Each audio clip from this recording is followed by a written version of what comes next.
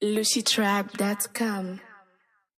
Bienvenue chers internautes et téléspectateurs dans ce 11e épisode de la 5e saison de LucyTrap. Salassini, Guillaume Mouya le prochain sur la liste, je suis à la présentation. Merci à toute la grande équipe permanente et compétente derrière toutes les caméras. Avec moi sur ces jolis plateaux, Gamer Dani, artiste, musicien et talentueux, également acteur très principal dans sa musique et dans son réseau. Il sera également avec Prince Prési, acteur dans la culture évidemment, présentateur de l'émission LucyTrap, tous deux. Nos échanges porteront sur l'industrie louchoise, comment les artistes évoluent, la rentabilité de leur musique et tout ce qui va avec, sans pour autant oublier leur organisation au quotidien. Nos échanges commenceront juste après ces génériques. C'est LucyTrap Salassini. It's LucyTrap Salassini. Ni LucyTrap Salassini. Yo, yo, yo, yo, Oko Salani. Et là, nous allons parler de l'évolution de l'industrie au niveau louchois, surtout parce que les artistes émergent, ils travaillent et on en parlera ici. Également de l'organisation au quotidien. Mais aujourd'hui, Gamer Dani, en tant que présentateur, acteur permanent dans la culture, aussi artiste musicien, quelle est ta perception à l'égard de la musique et de l'industrie louchoise? Moi, je pense que ça évolue. Ça évolue, comment ça, je m'explique. Il y a quelques années, il y a peut-être 10 ans en arrière, ou peut-être 8, 5, on pouvait tenir des fêtes avec de la musique, mais il fallait quand même qu'il y ait de la musique d'ailleurs dedans. Mais là, on peut tenir une fête de 4 heures, même 10 heures avec de la bonne musique de Lubumbashi en Swahili. Une soirée. Produit ici à Lubumbashi. Et là, c'est grave une fierté pour moi parce que c'est maintenant qu'on est en train de voir, il y a des labels qui sont en train de naître, des gros labels comme Chaba Industrie, il y a autre chose à gauche et à droite. Élémentaire. Élémentaire aussi, par exemple. Faites de la pub, hein. Non, mais on parle de la musique, on parle de la musique. Ouais. En mode, il y a tous ces gens-là qui sont en train de se dire, qu'on investisse dans la musique parce que gros, c'est leur argent.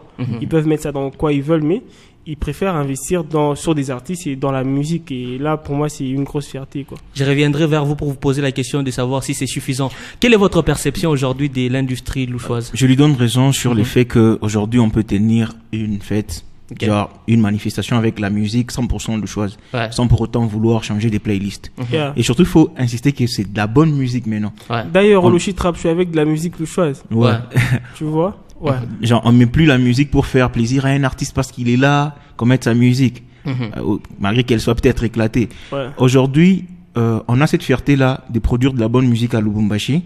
Peut-être qu'avant, on pouvait trouver des excuses en mode non, la musique n'est pas bonne, la musique qu'on fait ici à Lubumbashi, le mastering n'est pas bon, mais aujourd'hui, en tout cas, je crois qu'on est sur le bon chemin et on continue genre, à grow up, donc évoluer encore. Il y a un truc que Pris a dit que je vais appuyer en mode déjà avant pour trouver un studio qui fait du bon son, de la bonne musique, c'était rare.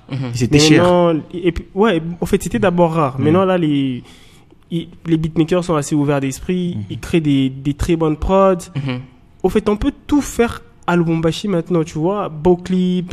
Il y en a... mais moi je trouve que la qualité elle existait, quand bien même elle n'était pas débordante, elle existait déjà. Si on prend des titres comme Touch Me de Dacosta, c'était déjà de la très bonne musique, mais moi je pense que c'était les publics louchois, les publics katangais de manière générale, parce que la musique louchoise n'est pas que écoutée à Lubumbashi, elle est écoutée dans l'écran Katanga, mais moi je pense que c'est les publics d'abord qui n'acceptaient pas cette musique. Phénomène complexe. Je suis d'accord avec toi, mais en partie. Pourquoi? Tu dis qu'il y avait des bons sons, oui, il y avait, mais aujourd'hui quand on parle des bons sons, on parle pas en termes de sélection, on parle en termes de quantité.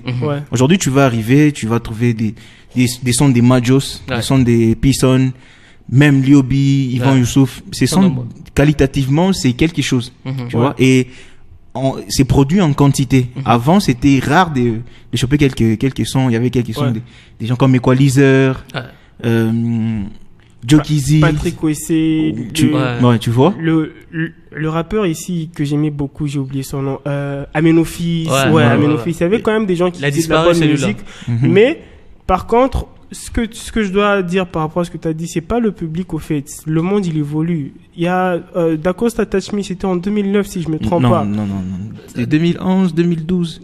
Même génération, nous sommes dans l'intervalle de ces années-là. Vérifiez, David Velotti, vérifie pour nous. Mais je crois que c'était le premier C'était la première édition de Vodacom Superstar qui était remportée par Inosbi. Ok. Ouais, je crois que c'était 2011. Ouais, peu importe. Tu vois, dans ces années-là, il n'y avait pas les réseaux comme maintenant. Maintenant, tout le monde a TikTok. Ouais. Mais malgré ça, aujourd'hui, les publics louchois n'est pas réceptif. Lorsque tu envoies un lien à tes amis, à tout le monde, tu peux regarder 2 heures